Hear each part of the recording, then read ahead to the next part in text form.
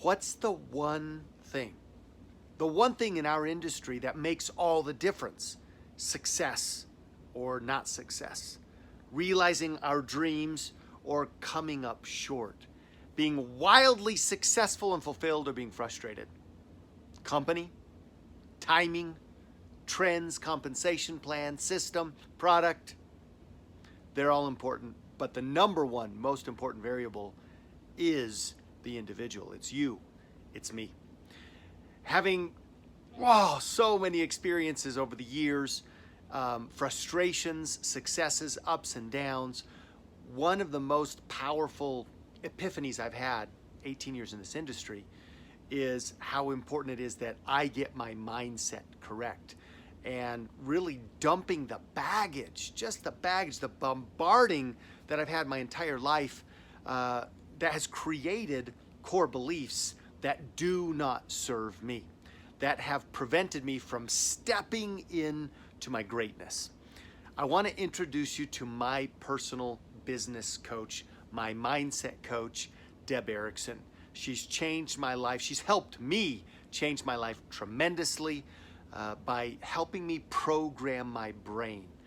What I'm looking for in this type of coaching and this type of training are three things. Three things where a lot of programs or self-development programs or books that we might participate in fall short. Number one, it has to be permanent. I'm looking for a long-term answer. Okay.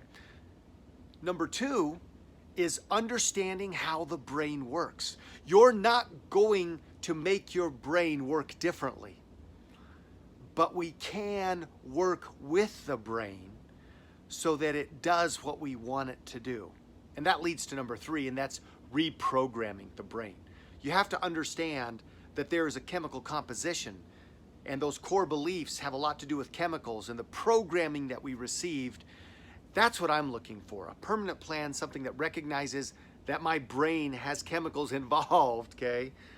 And number three, that actually helps me reprogram. And I might put a fourth, and that is something that could happen right now, that I could start to see immediate changes.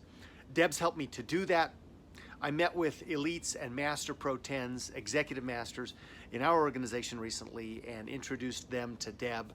I'm going to be doing a lot of this. It's affected me personally. It's affected my ability to coach others.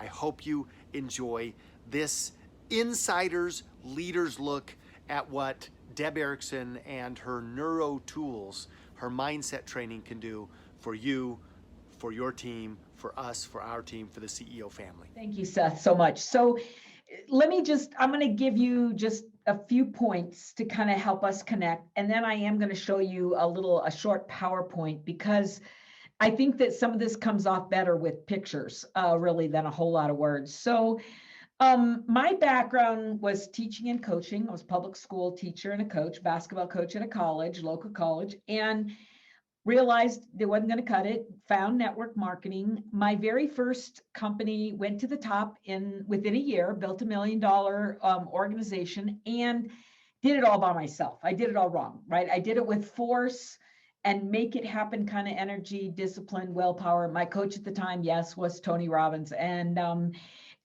I just made things happen. But when I got to the top, I'm standing on stage, big check in my hand. These are in the old days when they actually had those big checks.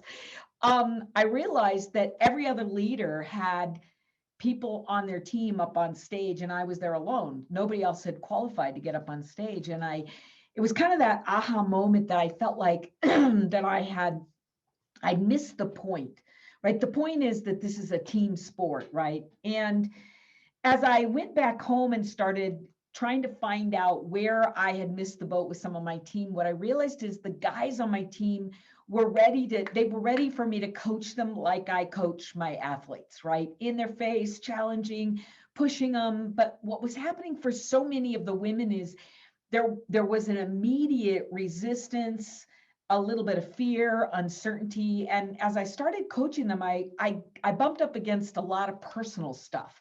A lot of fear, doubt, and insecurity. And I realized I didn't want to be a therapist, right? I don't want to do that. What I wanted to do was to help them be successful in their business. Well, my company went under, and I had this moment where it's like I can decide what to do. I can jump right back in, or I can get more education because I felt like there's a missing link. And went back, started working on my master's first in business, and then I moved to psychology. And I was like, okay, that's I don't want to do that. What I wanted was to create neurotools, right? These are the tools that boom create a shift like right now, not helping somebody process for 10 years. And that is my background. I was sexually abused as a kid. I spent decades in therapy. I know what that process is like, but I know we can't do that in this business. And yet the truth is there's so many people in our organizations that are wounded. And that's when I found neuroscience. I started traveling and working with a lot of neuro researchers who were finding the neuroscience breakthroughs that applied to personal development. And what I decided way back then was I wanted to take those applications and then kind of remold them for our industry. Because let's just be honest, there's nobody in the industry that has created neurotraining, neurotools, and neurocoaching specifically for us. And so that's what I did. And that's what I've been doing now for years. I created an entire system. I decided I had to test it. I went back into the field, joined a second company. This time took 10 legs to the top. So I created 10 leaders that stepped into leadership levels. And then I started getting, calls and requests from everywhere in the world for the system. And that's when I realized I really needed to specialize. And this was where my heart was. So what I'm going to show you today is the accumulation of 25 years in the industry. I have been a consultant, a speaker, a trainer, a field leader. I've done it all. But this is what I do now. ICANN Institute was designed to support everybody, all three levels in our industry. So here's my three levels: the builder, the individual that is focused on me, right? I need help. I need personal development. I've got to move past my fears, doubts, and insecurities. And then the leader, or emerging leader, and seasoned leader, those are the people that they are beginning to lead, or have been for a while, lead those builders. And then the third level is, what I would call top producers or mega leaders. And those are you guys, right? The leaders of leaders. Because the truth is, at every stage in our business, there's completely different needs, right? We have new level, new devil. There's all kinds of different things that are pressing in upon us. And so what I want to do real quick is I want to show you a couple of slides that kind of will talk us through some key things. And then I will come back and we'll do some questions. So the first thing I want to I just want to kind of show you is I did a survey, actually, this was a year ago, and we asked this question. We asked 500, I'm going to call them leader level builders and leaders, right? We asked them, how engaged are you? How much action are you doing? Not surprisingly, right? 2%, 2 to 3% are always at this extreme level of action. How many lead generation activities are you engaged in a day, right? 2% said 20 plus, 20 or more. The top level, by the way, people earning over $100,000 a month said they were doing over 100 lead generation touches every single day. But here's the scary part. 76% of the field said 3 or less, and almost 50% said none at all, right? The second question that I asked is, okay, how many income producing activities? So these would be the activities, obviously, that are going to end up in a sale or in somebody joining your team. And look at this. 3% said I do 3 or more a day, and 43% said none. Now, I wanted you to see the pattern. This is why I keep hammering this home. How many serious business builders that you personally enrolling or sponsoring every single month? And again, right, 3% said 4 or more. So, people who are intending to build a business. Look at this, 53% said none. So basically what we're seeing is a complete split between extreme energy or high levels of energy and those doing little to nothing. So here's the obvious question. What's preventing you from getting in there? Because I talked to them about, do you want it? Do you know what you're supposed to do? And yes, they've been trained. They know what they want. They know why they want it. They know how to get there. So why aren't you doing it? And here is their response. Mindset. 97% say it's mindset. Now, when you look at these numbers, I want to be really clear about why those numbers are so low. What they're not saying is, I don't need skill set and strategy. What they're saying is, I have it. The thing that's missing is mindset. So this is really what it looks like, right? What's happening is we're spending all of our time and energy giving them everything they need on this side of the Grand Canyon, right? But the performance gap is that as they launch in to try to implement, they're running into mindset and crashing and burning. So this is visually exactly what's happening is they're running into the wall called mindset.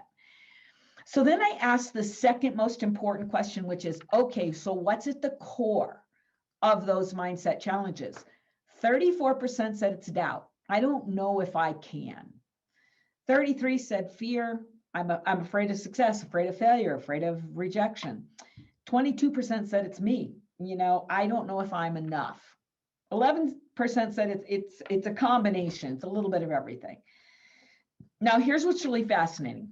The Heart Institute did a study last year, 10,000 women. 87% of them said that they suffer from some form of low self-esteem. But watch this. Forbes magazine put out a confidence study, and here's what they said. The number one factor that predicts success for any entrepreneur is their willingness to take a risk. So in other words, their risk tolerance quotient. So Forbes says, if you want to be successful as an entrepreneur, number one thing that's important is how comfortable are you with taking a risk in the unknown? Now watch this. The second part of that study said this. Women are more likely to wait for a feeling of 100% certainty before they ask for a sale. Men only need to feel 60% certain. So one of the things that you will find in neuroscience is that there's a lot of conversation about the fact that women and men, yes, we're socialized differently. There are some subtle wiring differences. There are application differences, hormone differences, and all of that, what it creates is this: less self-confidence, but they don't want to take action if they're not confident. I just want you to feel the dichotomy here. Here's why we bump our heads against the wall all the time, because we're like, we want to help women on our team be more confident, but when we use strategies that men use, which is kind of like, feel the fear, do it anyway, go for it, we kind of leave them hanging because they're not wired that way. Now, please hear me when I say they. I'm not talking about all women. I get it that there are women that are wired on the force side of the equation. You find them at the top of every company. They know how to put themselves in action. They know how to elevate their confidence. They know how to face their fear and move anyway. They know those things, or they've learned them, or it came naturally. But you can tell by the numbers that we saw at the beginning, it isn't the vast majority. So what we're really saying is the performance gap is doubt, fear, and insecurity. That's really the bottom line. What mindset is, right, is the inability to create confidence, move past fear, and to elevate their sense of self. So I want to show you just a little bit more, because this is actually one of the core trainings that I do with people, is to understand the fear center. So here's what we know. All blocks, every limiter, stopper, blocker, it originates with fear. So the fear center gets activated, and it happens anytime we know we need to move into action around something that's a business critical, right? It's mission critical. We got to do it. But our heart is racing. We don't want to be rejected. We don't want to be pushed. And so it activates the fear center, triggers survival mode. So interestingly enough, fight, flight, freeze, of course, is the response. But here's my question. Number one, which of these do you respond to? And how big is the fear center, the activation of the fear center? I call Hilga. I use her to represent the subconscious mind, because the fear center lives in the subconscious, and the subconscious is 97% active. It's 97% of the power. So when you realize that our survival mechanism is living in the 97% in control, but completely running the show on autopilot, you can see how scary it is. It's kind of like people get triggered and they immediately are sabotaging it, and 2 seconds haven't even passed. But what's really important is how big is this fear? So if I said to you, hold up your left hand. Now, by the way, I get it that you guys know how to move past your fear, but it's your fear center is still getting triggered based on old core wounds. So if I said, hold up your left hand, that's how big your fear is. And on the right hand, hold up what you want. How much do you want it? How bad do you want it, right? If I was doing this with your team, here's what we would discover. They'd say, I want it bad. And I'm not afraid to get it at all. Okay, so desire is higher. Great. Now what I want you to do is focus on the one income producing activity you're avoiding. All of a sudden their fear would go up, and the chances are really good that their desire would drop a little, or they would discover that the fear is off the chart. So when I have people put in their hands, contrasting hands here, right? How big is the fear compared to how bad you want it? And we can validate this by seeing what they're doing or not doing on a daily basis. What happens most of the time is the fear is higher.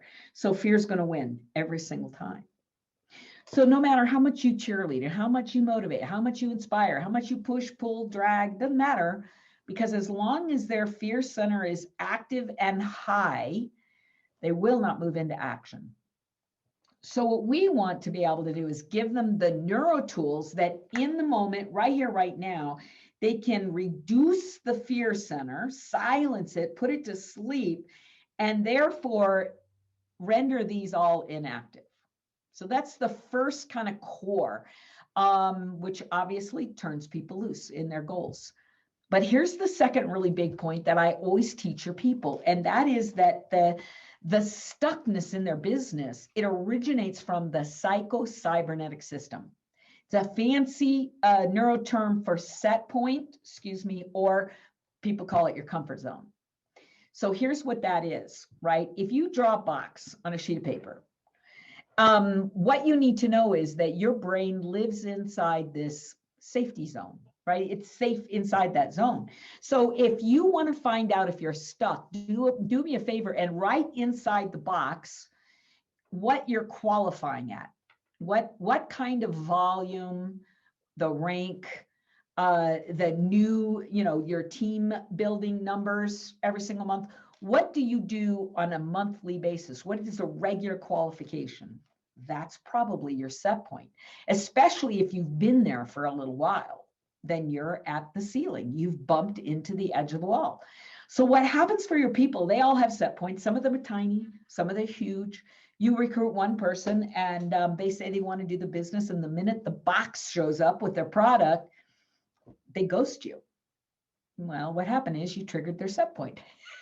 It's really easy. They have a small set point, and the box and the product freaked them out. It got real. And some people, it doesn't really bother them until they get a certain number of no's, right? They get certain amount of rejection. They bump into a certain person. All of a sudden, boom, they're triggered, right? But here's what's actually going on. Let's say that the goal is to advance. I want to advance in rank, okay? So as long as the activity is inside their set point, they'll move easily. Have you ever recruited a brand new person and they just take off and you're like, yeah, got one, right? And then what happens is they begin to slow down. Their momentum slows. Their attitude begins to shift a little bit.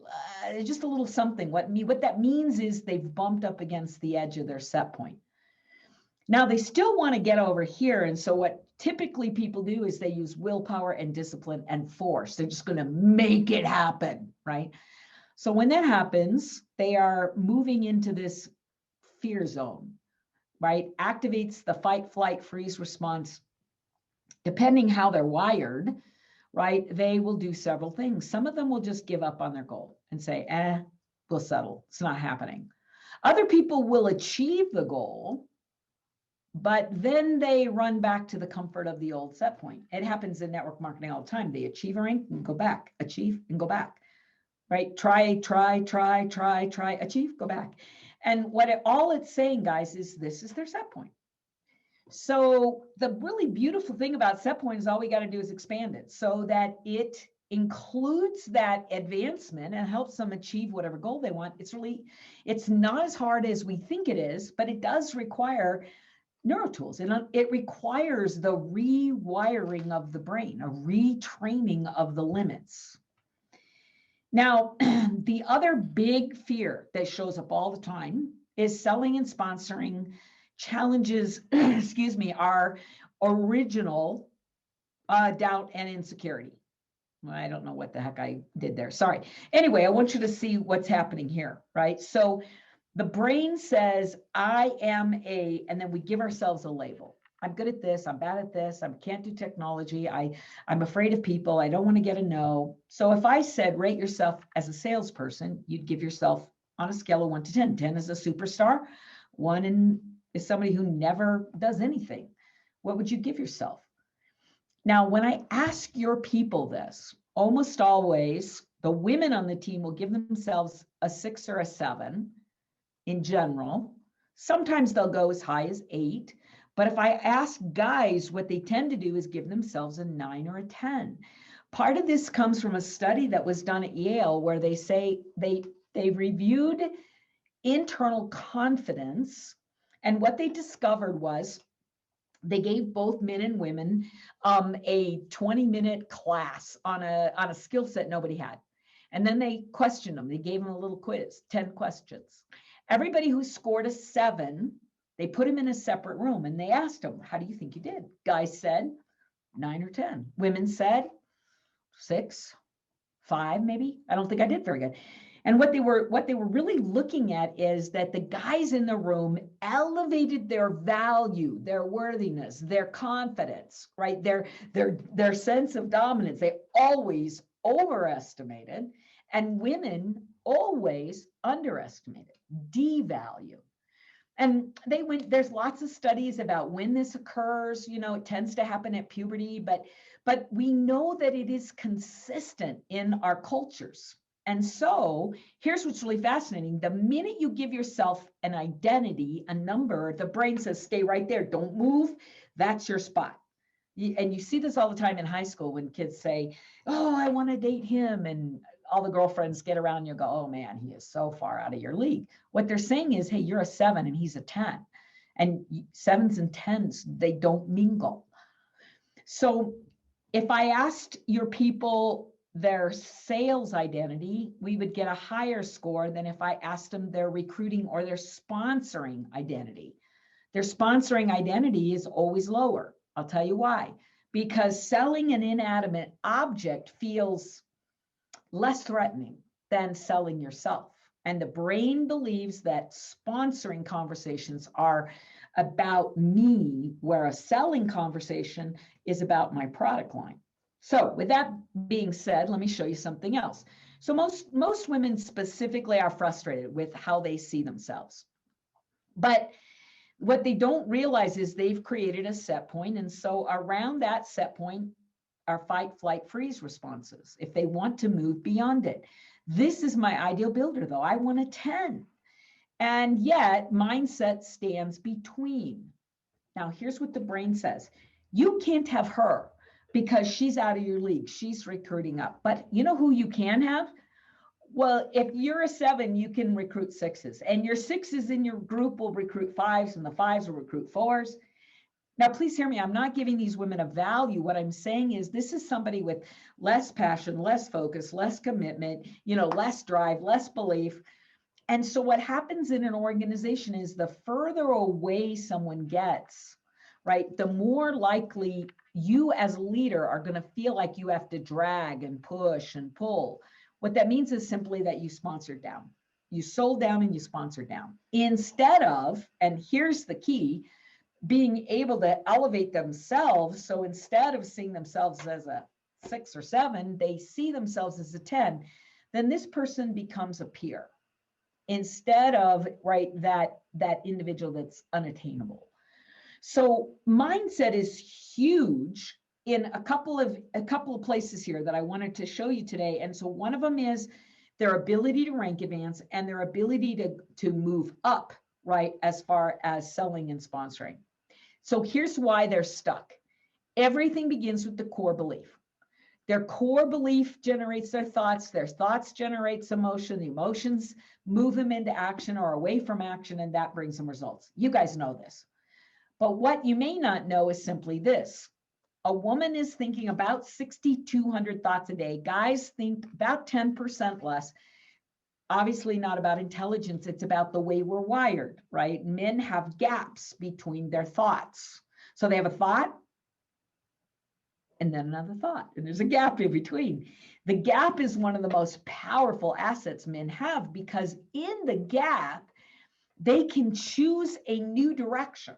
So they can have a thought like, my numbers aren't where I want it to be, and it's the 15th month. And then they can have that gap and then choose another thought that is completely unrelated. Where what women tend to do is escalate, right, thoughts based on the last thought, because they're thought. So they have a thought, I'm not where I want to be. Must be me. I guess I'm a loser. It's never going to happen. Why am I bothering? It's never going to work out. So what they're doing is they're catastrophizing, partially just because the way they're wired and the fact that they can't stop it, right? They can't stop that. So we're going to give the women on your team a pattern interrupt, a thought interrupt, so that as a neuro tool, they're able to interrupt those patterns and move in a new direction. Because if they don't, 95% of their thoughts every day are repetitive. And those thoughts, 80% of them are negative. So if you do the math, you're looking at 4,700 negative thoughts a day. And most scientists will tell you it takes about 10 positive to offset one negative. Why? Because negative thoughts are more powerful and they stick around longer because they're survival based. So what we're really doing here is we're just creating over and over and over an I can't mindset. I just can't do it. So the reason that traditional strategies fail way too often is because they're always focused on force. And here's what I mean by that, right? If somebody comes to you and they say, hey, I want a different result, we say, great, we're just going to go make it happen. Go do more phone calls, more follow-ups, just elevate the activity level, just go do more, go for the no, right? Here's the problem. Look at the direction that this puts you. You're now going against the flow. It's kind of like you're putting yourself in a boat and paddling upriver. So as you go against the flow, first of all, you're going to struggle. It's effort. You're fighting. But even more important than that, when you are going against the flow, it's like you're trying to take more business action with a core belief that says, I'm not enough.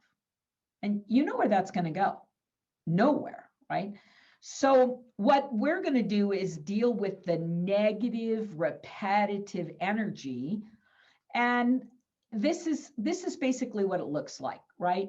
So if you think about somebody sets a goal, and we know that the fight, flight, freeze response is active. It's all sitting right there. It's always waiting for a moment that it can activate. It will avoid threats and it will stay put. Those are two of the prime directives. So here's what's interesting. You set the goal, and the first thing that happens is you look at the trajectory. You're like, I want to move from here to here. You divide it out.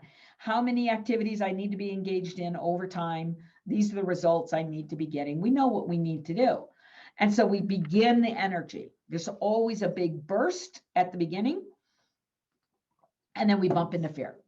Fear of rejection, fear of somebody thinking I'm going to be a pushy salesperson. And in that moment, it sucks the life out of my momentum. It's like running into a brick wall. And if I don't manage this energy, I find myself pretty much where I was. So then I get my energy up again and boom, I bump into doubt. I don't know if I can do this. These are the big ones. We already know this. Lose energy again. I get it ramped up again. I run into my insecurity. I don't know if I'm enough. And you guys can kind of see where this is going. Their worthiness and just life stuff. And before you know it, they've pretty much created a brand new, reinforced their I can't mindset. But this is the big one. They have reinforced a limit, right? This is their set point now. And the longer they're in the business without breaking through this ceiling, the stronger this becomes, and the stronger their belief that they can't move past it. So what the neurosystem does is that it says, all right, let's look at the new results you would like to get, but we're going to go with the flow. We're going to start with recreating your core belief. So in a way, we're rewriting their operating system, because we know that will create new thoughts, and those thoughts will create new emotions that'll push them into new action, and voila, we are often running in the direction we need to be running, elevating their confidence. And I actually do have a case study I'm going to show you that proves that NeuroTools do this. So here's the thing, guys. The biggest challenge you guys are all facing is this: people cannot out-earn their core belief. So whatever this is, that's the max. That's all I get. So if that's true, then skill set training and marketing systems are not changing the core belief. So what it really means is, if you're experiencing stuck, stalled, slow energy, you've just maxed out your core belief. That's all that's happened here. Is it doesn't mean you can't do it, you won't do it, you don't have the potential to do it, you're not smart enough. It means none of that. It means you have a faulty core belief or operating system that's running the show. However, most women take failure or stuckness even personal. Guys tend not to. Guys tend to be able to say, when they get rejected, they bump up against something like, well, that didn't work. Let me find a strategy that does. They lean more that direction, where women tend to say, it's me, I can't. And quite honestly, when you nail in, I can't, the game's over, unless we can rewrite these core beliefs. So the solution is that we want to hack into the neuroplasticity of the brain, which just means the brain is moldable, it's shapeable, and we know now how to do that. So this is what it looks like, right? When we use an I can mindset, when we use this system, it's the same thing. We're going after the goal, but this time, notice that when you bump into fear, you're still going to have a bit of a drop, because this is habitual behavior, but notice that we stopped it.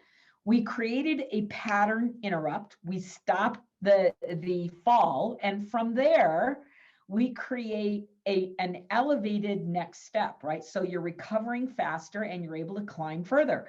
Same thing happens again, but what you'll notice, right, is that each time the drop, the stuck, the stall is less and less and less. And so what are we doing? We're just creating momentum, right?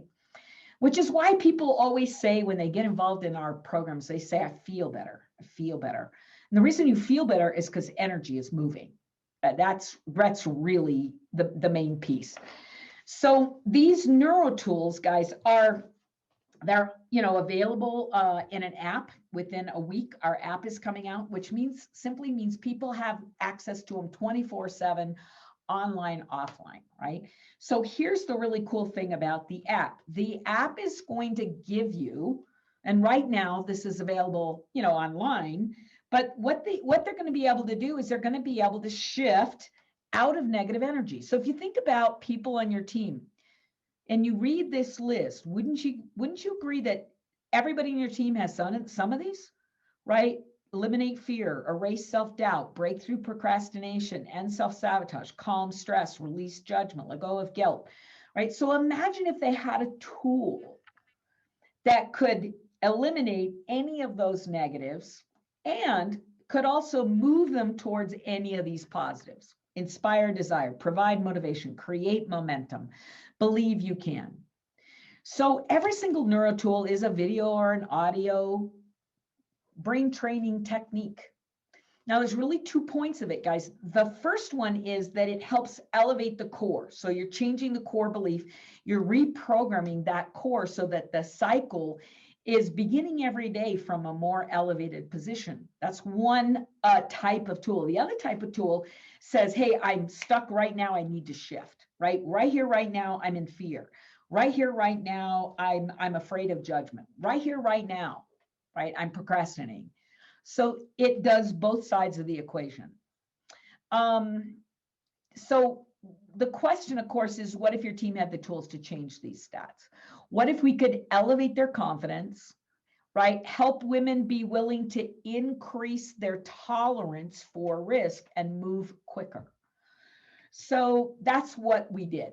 The first case study is a long-term case study. Really quickly, let me just say this. There were 1,000 participants. They were in it for a year because we wanted to really test what would happen if we elevated energy for a year.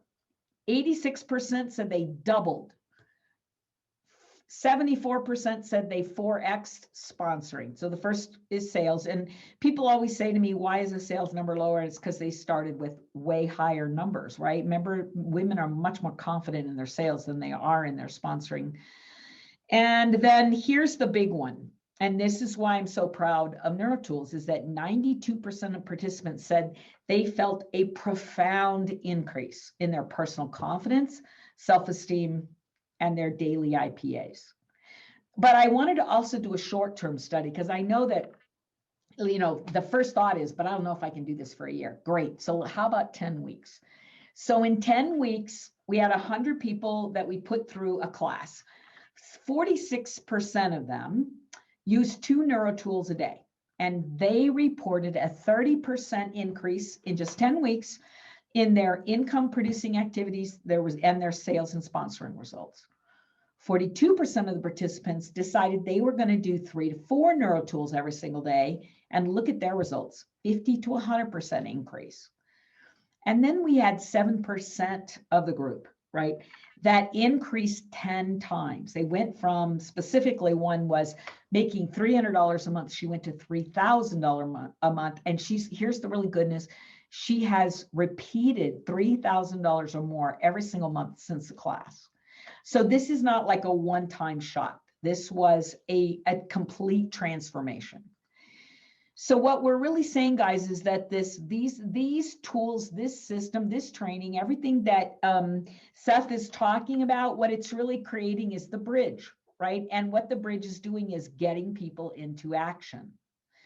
Let me just say this. What I don't do is try to teach them a sales or recruiting model that is different than yours. I'm not interested in competing or trying to create the best, platform out there for giving people a new strategy. What I want to do is come in and say, look, let me just be the bridge here.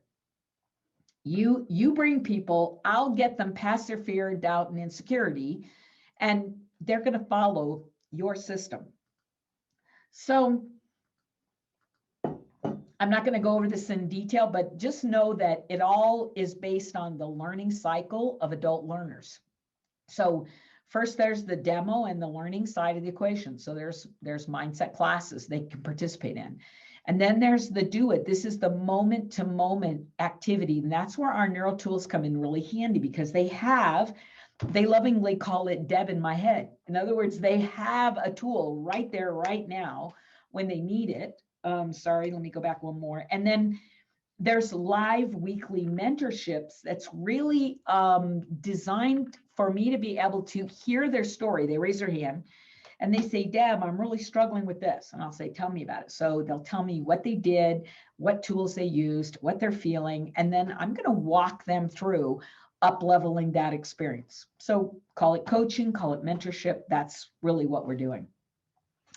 And the last slide I want to show you is simply this, that there are 3 memberships. All of this system is available in one of 3 memberships. So the first one is the builder. That's for the individual. That's not for you guys, right? That's for your people. And what I would say is it's probably for your 20%ers.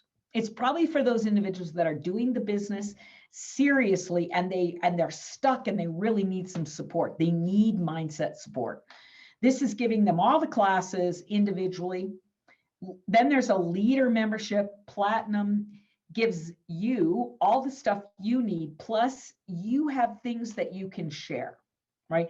So when you're in Platinum, you have a success center, a membership asset where you can give those people on your team, the 80%ers, you can give them something to support them.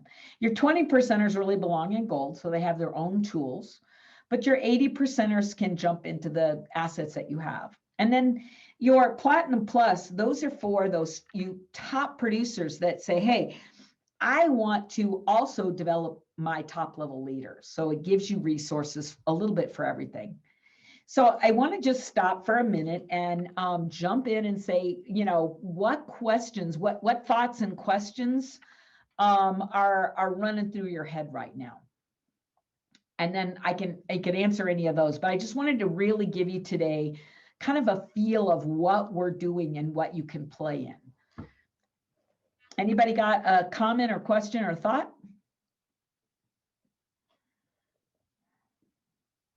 Well, I'm going to jump in here first, and I have been having that conversation with people who are on here, Deb, and somebody's like, "This is amazing." Well, she said, "This is great. I need the recording." She's describing me, so yeah.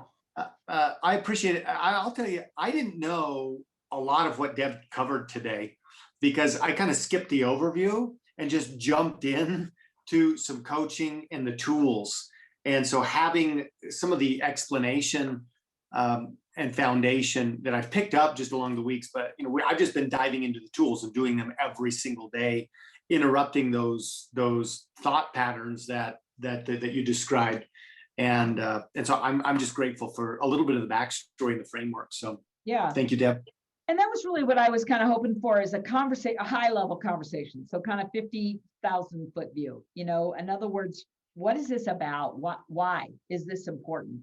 So what I would say is, if your people are not doing what they say they want to do, count on it. There's a block, right? Count on it. There is a blocker or a stopper. There's something getting in the way. So whether that is a fear of success, like, holy moly, if this really does work, what am I going to end up with? I'll be overwhelmed. I won't be able to handle it. I'll be exposed. Or they have a fear of failure, right? And we all know what that looks like. Or it's a combination. There's a lot of people that have both, right? And they kind of go back and forth between them. A fear of rejection, a fear, all fears, guys. Every block that you see, every sabotage, every procrastination, every not showing up, every time somebody's making excuses, that all originates with fear. Because there's a story they're telling in their head that represents what's happening. And so what we do, let me just say this, is that there is a success path. When people come to us and they're like, okay, I'm in, what should I do? I get them started. We get them started with a class called I Can Start. And I Can Start jumps, and it's an 8-week class, and it jumps them into the neuroscience of why, when they set a goal, does their brain immediately go into sabotage. Your brain is your greatest asset and your greatest liability. So when it's working for you, it's giving you the target, it's giving you the focus, right? And when it's working against you, it's throwing you into sabotage and making up stories and really pulling at that not enoughness for people. And so what I Can Start does is, it's 8 weeks for us to really dive in, to set a goal, and then pay attention. Every single week, you're learning a little bit more about how to overcome sabotage. When are you getting triggered? What tools should you use when you get triggered? How to reverse engineer a trigger cycle. How do you deal with fear? How do you deal with low self-esteem?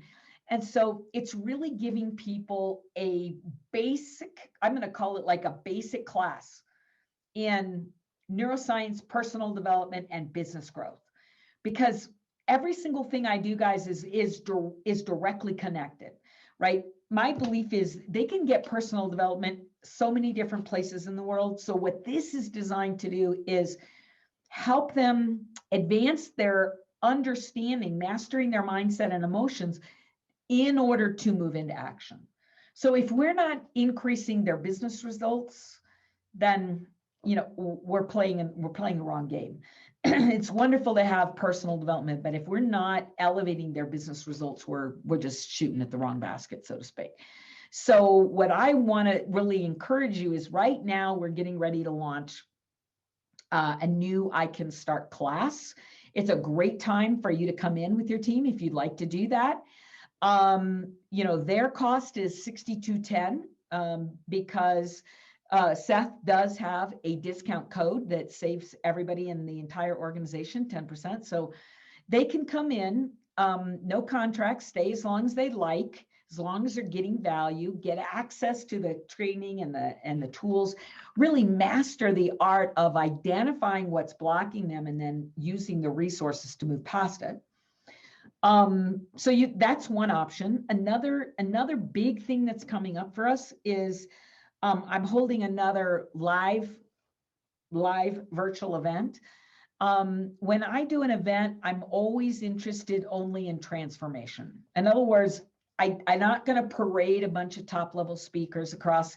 I'm not going to showcase a lot. What I want to do is dig in and do intense working for your people to really break through. So this next live that we're going to do, this live virtual, is the sponsoring summit. It's called Ascend. And the idea is they're going to come in, and the first night, they're going to identify what limiting beliefs and identity do they have that causes them to pull back when they should be engaging in sponsoring conversations.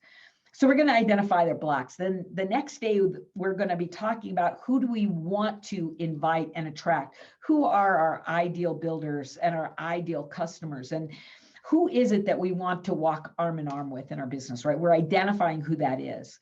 And then we're going to identify where our identity is in relationship to them. So if we're a 7 and they're a 10, the idea is, what do we need to do to elevate moment to moment every single day so we see ourselves as that 10? So we'll have some transformational experiences around all of that. And then we're going to give them a plan to go home, and they're going to get a daily plan of how to move themselves, first elevate, move themselves into that identity, and then move themselves into action. I will tell you, this is kind of what I'm known for, are the transformational events, those events that cause people to be different when they leave. And so that's coming up as well. And so we have lots of stuff where you guys could play. You could bring an entire team to the live event, or you could bring a team in to the monthly memberships. Anything and everything is open, or you could just get some personal support, kind of the way Seth is doing. That's also available. But what we wanted to do was just kind of give you guys a high level feeling of what we're doing and invite you to come play. Wow. That's it. Wow. It was going to be good. I told you it was going to be good, but it was better than what I told you it was going to be. That's the one thing. The power of the individual. 97% of what we do on a daily basis almost isn't something that we do because it's controlled by the subconscious. Your goals, your why, your direction. That's the 3%, the conscious. The core beliefs, the programming, that's the 97%.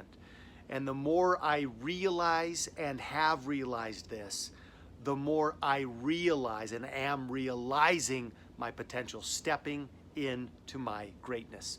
So here's the next step. Get some neuro training. This is my coaching program. This is what's helping me. And I'm going to tell you, it's my ability to coach other people because I am doing this subconscious work, right? My core belief training. It's absolutely wow. It's really wowed me. So next step, just take one neuro coaching step. Find out how it can help you so that you can help other people. And let's go to work. Let's go put the move into the movement.